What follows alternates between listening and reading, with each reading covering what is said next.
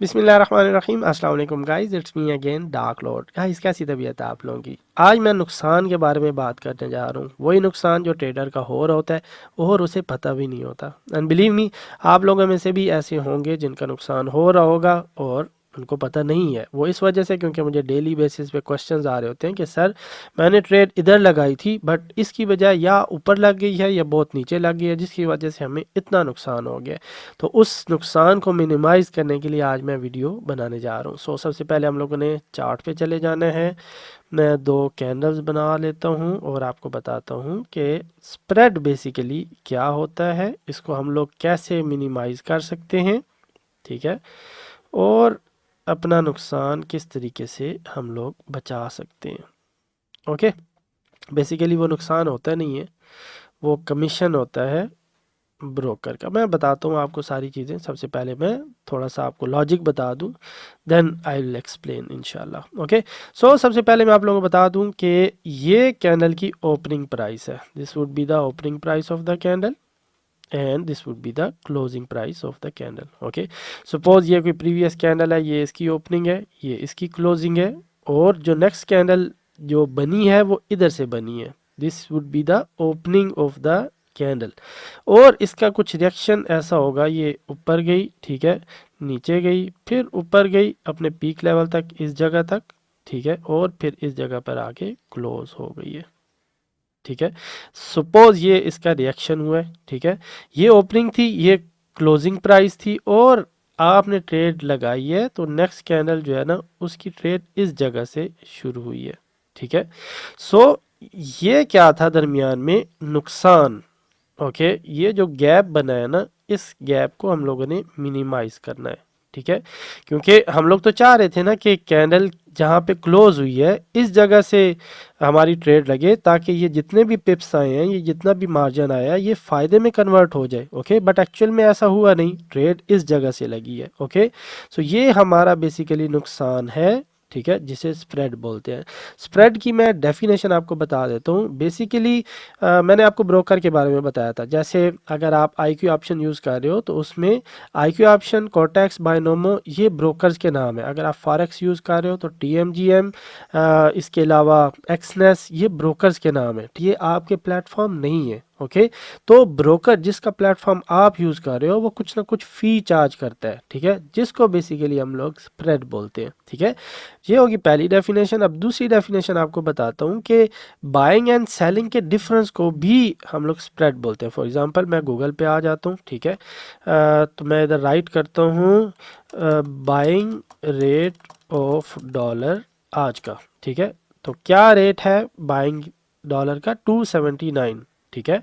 But अगर यही buying की जगह मैं सेलिंग लिख देता हूँ तो उसका रेट कितना है वो देखो, इसमें डिफरेंस आएगा 282, ठीक है। अगर एक हमारे पास डॉलर है, उसको हम लोग बाय करना चाहते हैं किसी भी बैंक से, तो वो हमें कितने में पड़ेगा? 279 में।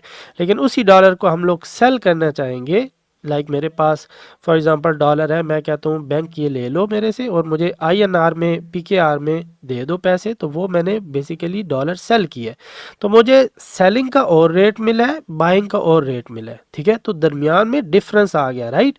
बाइंग और सेलिंग का डिफरेंस, उसी डिफरेंस को बेसिकली स्प्रेड बोलते हैं। स्प्रेड एक्चुअली में क्या होता है, ये तो मैंने आपको डेफिनेशन बता दी ना। एक्चुअली में ये बैंक की फीस है, जो बैंक फी ले रहा है आपके डॉलर को PKR या INR में कन्वर्ट करने के लिए।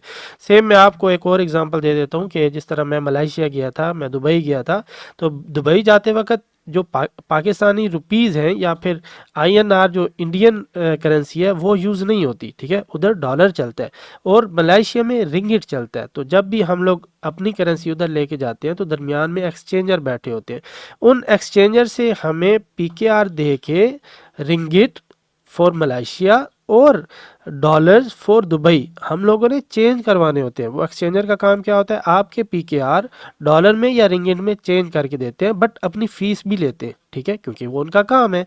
बिलीव मी, हर काम पैसे से ही हो रहा होता है। ओके, बट जो कमीशन होता है दरमियान में, जो एक्सचेंजर ने कमीशन काटा है to convert this currency, it's called spread. Okay, इतनी बात समझ आ गई है। मैं थोड़ी सी डिटेल में एक्सप्लेन करता हूँ ताकि आप लोगों को अच्छे से समझ आए। अब मैं जाता हूँ प्लेटफॉर्म पे, ठीक है। दिस इज़ ट्रेडिंग व्यू आपके केस में, या TMGM होगा, एक्सनेस होगा, या फिर कोई भी आप ब्रोकर यूज़ कर रहे हैं। तो बेसिकली दिस इज़ ब्रोकर, ठीक है।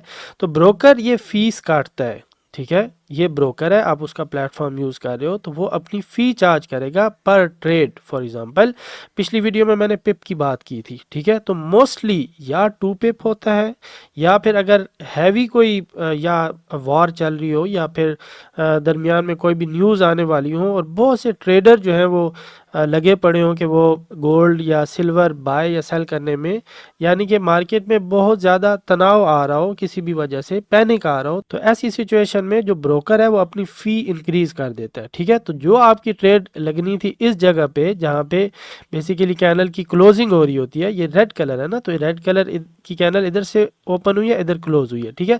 तो आप चाहते हो कि इधर से ट्रेड लगे ताकि जितने भी पिप्स नीचे जाएं वो हमारा प्रॉफिट हो, राइट, क्योंकि आप सेल कर रहे हो ना। तो सेल फॉर एग्जांपल आप इधर से करते हो 5018 से, तो आपकी ट्रेड फॉर एग्जांपल 5015 तक चली जाती है, तो ये जितने भी आपने पिप्स अर्न किए हैं वो बेसिकली आपका प्रॉफिट है, ठीक है। बट अगर तो न्यूज़ आने वाली हो, मार्केट में पैनिक चल रहा हो, तो यही ट्रेड इधर की बजाय अगर इधर लगे तो जो आपने इतने पिप्स अर्न किए हैं उसकी मिकदार थोड़ी लो हो जाएगी। पिप्स यानी कि जितने पिप्स आपके लो होते जाएंगे उतना प्रॉफिट आपका रिड्यूस होता जाएगा। ओके, सो ये हम लोग नहीं चाहते, तो बेसिकली ये हमारा नुकसान है, राइट। तो इसी नुकसान को बचने के लिए मैं आपको बता देता हूँ कि आप लोगों ने क्या करना है। बेसिकली हम लोगों ने ये जो ब्रोकर का कमीशन है या फिर स्प्रेड है इसको रिड्यूस करना है ताकि हम लोग ज़्यादा से ज़्यादा प्रॉफिट जनरेट कर सकें, ठीक है।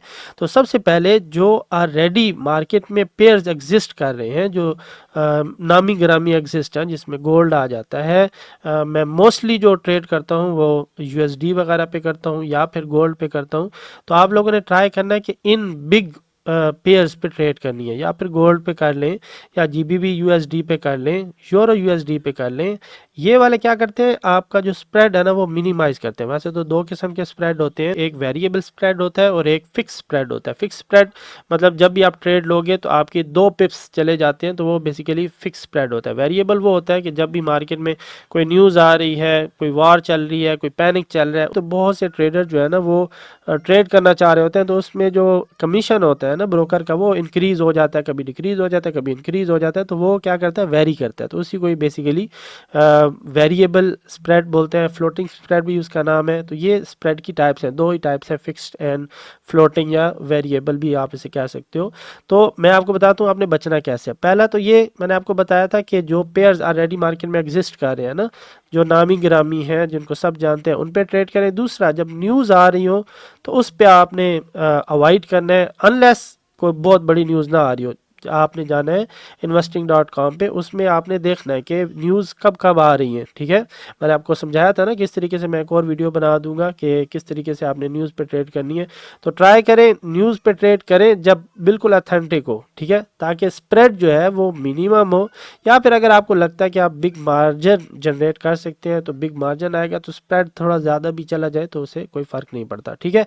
एंड मोस्ट इंपॉर्टेंटली आप फ्राइडे वाले दिन जब मार्केट क्लोज हो रही होती है, या फिर मंडे वाले दिन जब मार्केट ओपन हो रही होती है, उस वक्त शुरू वाले टाइम में थोड़ा जो है ना वो ट्रेड ना करें, क्योंकि उस वक्त भी स्प्रेड थोड़ा सा ज़्यादा हो रहा होता है, क्योंकि मार्केट फ्राइडे को क्लोज होने जा रही होती है और मंडे को ओपन हो रही होती है।